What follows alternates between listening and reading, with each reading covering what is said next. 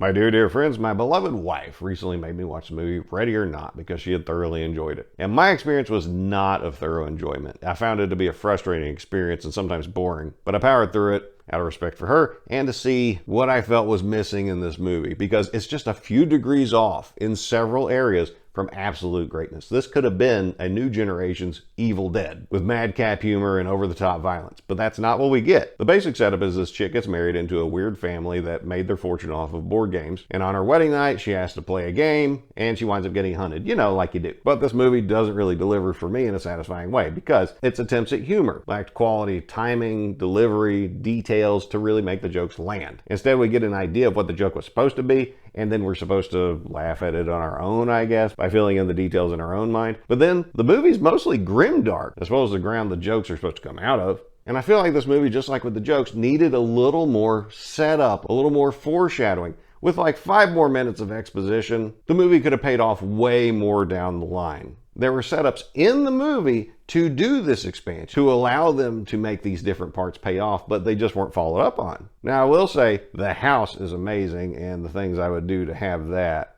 well, we won't talk about that here. But also, the female lead, she carries the movie. She does a great job, as well as the butler. That guy was a joy to watch. But everybody else in the cast, they were just kind of there. And they all represent missed opportunities because of who the character is, quirky and humorous things that could have happened as a result of hooks of their identity. But none of that was followed up on. So I wouldn't recommend.